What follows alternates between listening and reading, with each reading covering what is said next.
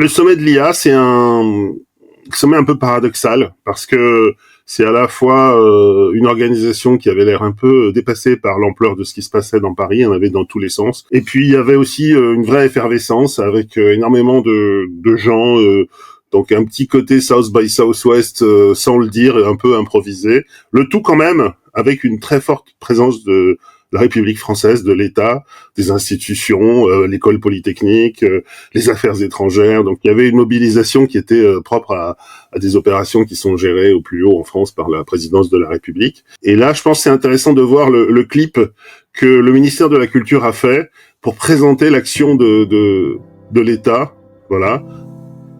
Et je trouve que c'est très symbolique de ce qui nous arrive en France. Je sais pas si dans d'autres pays c'est jamais arrivé.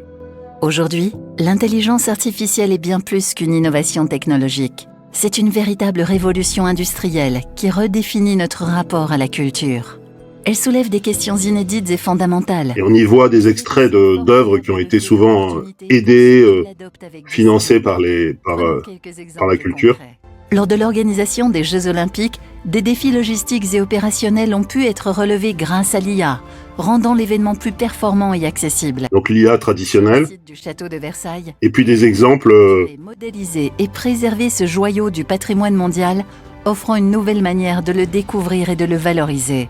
Au cinéma, elle donne vie à des effets visuels spectaculaires qui repoussent les limites de la créativité. Mais l'intelligence artificielle, comme toute technologie, n'est ni bonne ni mauvaise par nature. C'est à nous, collectivement, Donc là, on sent qu'il y a une volonté publique. Nous devons accompagner les secteurs culturels. Et donc, on doit accompagner les secteurs culturels. Ça, je pense que c'est très français. Notre ambition est claire. Penser l'IA comme un outil au service des valeurs démocratiques. Donc ça, c'est carrément de la politique. Un outil qui soutient la création tout en assurant une juste rémunération des auteurs. Ça, c'est ce que demandent les auteurs et les créateurs français. C'est pas du tout le reste du monde. Culturel, le pluralisme des idées et le multilinguisme. Un outil qui garantit une information fiable et de qualité. Faisons de l'intelligence artificielle un outil au service Donc là, c'est de l'IA générative. de la préservation de notre patrimoine. Là, on met notre patrimoine au milieu. Un avenir enrichi par la créativité et le savoir. Voilà, comment vous réagissez en tant qu'artiste devant un exposé comme celui-là, Olivia? Ben, déjà, en fait, il y a une chose, c'est je trouve ça, je me sens un peu fière, en fait, en tant que Française, qu'effectivement, il y ait cette volonté pour la culture de suite de mettre les grandes lignes pour que ce soit au niveau des établissements, expliquer qu'il y a vraiment une volonté d'écouter et de participer et de protéger les artistes. Donc je suis très très contente de voir ce genre d'initiative de la part du gouvernement. Ensuite, c'est très intéressant dans le sens où ça fait maintenant presque 2 ans qu'on voit dans différents musées. Donc là, récemment, il y avait cette information, cette mise en place de l'IA dans les musées pour faire discuter et parler les œuvres ou faire en sorte que Jules César retrouve ses traits humains et discute avec les personnes qui sont juste dans la même pièce, qui viennent justement au contact du savoir et au contact de la culture. Je trouve que c'est une très belle action. Donc et j'espère que on va nous donner les moyens, que ce soit pour les artistes, mais aussi des personnes qui vont encadrer les établissements culturels. Quand on voit les annonces qui ont été faites, je pense à celle de Ask Mona aussi, par exemple, cette semaine, qui installe qui vont faire parler les buissons du château de Versailles. Voilà, il y a des initiatives qui sont à la fois créatives, qui sont originales et qui seront là, je pense, pour faciliter l'acceptation par le public et montrer que l'IA, effectivement, ça fait peur. Il y a des phases comment dire, d'acceptation, mais que voilà, de toute façon, on pourra pas faire autrement, et qu'il y a plein de façons de l'utiliser de façon bénéfique. Ce qui est frappant, c'est que finalement, les 58 États qui étaient un peu d'accord globalement sur cette politique, pas que sur la culture, parce que sur la culture, je crois que c'était la première fois qu'un État affichait une politique culturelle, finalement sont arrivés à un consensus, même la Chine, qui était un consensus pour avoir une IA responsable, éthique, durable. Et puis il y a donc 2 pays qui n'ont pas voulu signer, l'Angleterre, bon, parce que c'est les Anglais qui sont toujours rétif à signer des histoires collectives. Mais les États-Unis, et avec un discours d'une très très grande brutalité de J.D. Vance, qui en gros leur a fait la leçon, quoi, comme il a fait par ailleurs à Munich, et qui a dit que c'était pas très important tout ça. Est-ce qu'on n'a pas finalement un grand décalage, parce que la technologie sur laquelle on travaille finalement elle est fondamentalement américaine. Une grande partie des fonds sur lesquels on est, même des gens, même certaines de nos startups d'ailleurs, sont quand même américains. Et puis là, on voit qu'il y a finalement peu de dialogue, voire pas de dialogue entre cette version, on va dire, accompagnée et puis la version purement business qui est en train de se déployer de l'autre côté de l'Atlantique. Il y a un vrai besoin de toute façon de développer des outils européens, peut-être d'aller chercher aussi ces outils ailleurs, pas forcément sur les outils américains,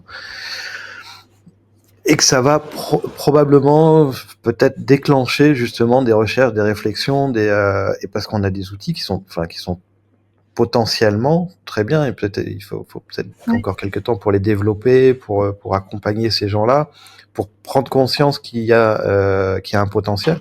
Parce que ce qu'on disait, c'est que souvent ces boîtes-là, il y a des boîtes françaises qui sont obligées de partir aux États-Unis parce que le temps d'accompagnement est trop lent. Peut-être que c'est justement dans ce sens-là, je dis, on a ici, parce que moi j'ai été incubé l'année dernière à Euratech dans le nord de la France avec une start-up dans l'IA. Donc ici, il y a un terreau qui est favorable à ça.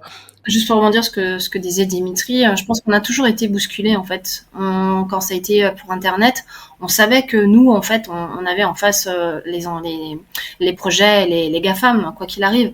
Donc je pense que on le sait, comme l'a dit Dimitri, il y a des boîtes qui sont, c'est normal, hein, on n'a pas autant d'argent de la part d'investisseurs. C'est quand même compliqué de lever 100 millions d'euros pour un projet. C'est pour ça que Mistral a des fonds à des investisseurs américains. Je veux dire, il y a plein d'outils qui ont été faits sur les territoires qui sont pas encore tout à fait prêts, mais qui sont plein de promesses.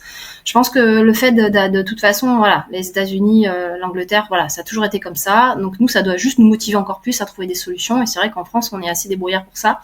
On sait que c'est pas forcément aussi simple comme aux États-Unis, mais voilà, il y a une brique en plus à avoir dans cette démarche de développement et commercial, c'est qu'effectivement, il faut respecter ce que nous demandent en fait l'Europe et la France. Et moi, je pense que c'est important. Alors, je vais montrer deux initiatives qui m'ont frappé. D'abord, le lancement du studio Promise, studio du storytelling, construit pour la génération IA. Ils ont on voit qui les finance. Donc il y a à la fois le fonds A16Z, XCZ, qui est celui de Andreessen Horowitz, Northrop, je crois que c'est des indépendants, et Offline. Là, ils proposent déjà des jobs avec des définitions, les gens qui sont en train d'embaucher, des Gen AI directors, des généralistes, des gens qui travaillent pour les enfants. Ils sont dans le concret. Et est-ce qu'il n'y a pas finalement un peu un décalage entre notre volonté de nous débrouiller, de nous battre avec nos petits bras, et puis des machines comme ce qu'on est en train de voir là? Non, oui, il y a un décalage, mais en même temps, pour moi, la perspective est pas la même. Je pense qu'il faut pas essayer de chercher de combattre sur le même terrain. La super méga culture américaine, l'hyper studio hollywoodien, c'est pas notre culture. Justement, nous on est plus sur des choses. J'ai grandi avec ce slogan qui était on n'a pas de pétrole mais on a des idées. C'est-à-dire qu'effectivement on n'a pas besoin de faire des grands studios à l'américaine pour faire une culture de masse. Par contre, on est capable de faire des outils très précis sur des choses très créatives, très pointues. Et sur la distribution, j'ai vu cette semaine, je crois que je sais pas s'il y en a d'autres. En tout cas, j'ai vu un premier portail qui s'appelle Escape. Donc c'est un portail de contenu avec que du contenu IA. Qui est organisé. Pour l'instant, je pense que c'est pas de l'exploitation, c'est pas du festival, mais en tout cas, ils essaient de créer une destination pour ces contenus. Là, voilà, une communauté, effectivement. Escape AI, ce que je trouve très intéressant, et que j'avais, moi, c'était surtout sur la partie, on va dire, qu'on a aussi au Japon, ce qu'on appelle le doujinshi, c'est-à-dire des communautés fans qui adorent Star Wars ou qui adorent une œuvre, et que jusqu'à présent, tu as des communautés incroyables. C'est comme ça qu'on a vu des bouquins pour Twilight qui sont sortis. Hein. On va dire, c'est la communauté doujinshi fan art et fan œuvre. Et là maintenant avec l'IA, effectivement, il y a tu as un espace inspiration. Là j'ai vu, il y a une très belle mise en avant de tous les créateurs qui portent un univers avec une IP bien protégée d'ailleurs. Et je trouve que là cette partie-là est intéressante parce que c'est une extension,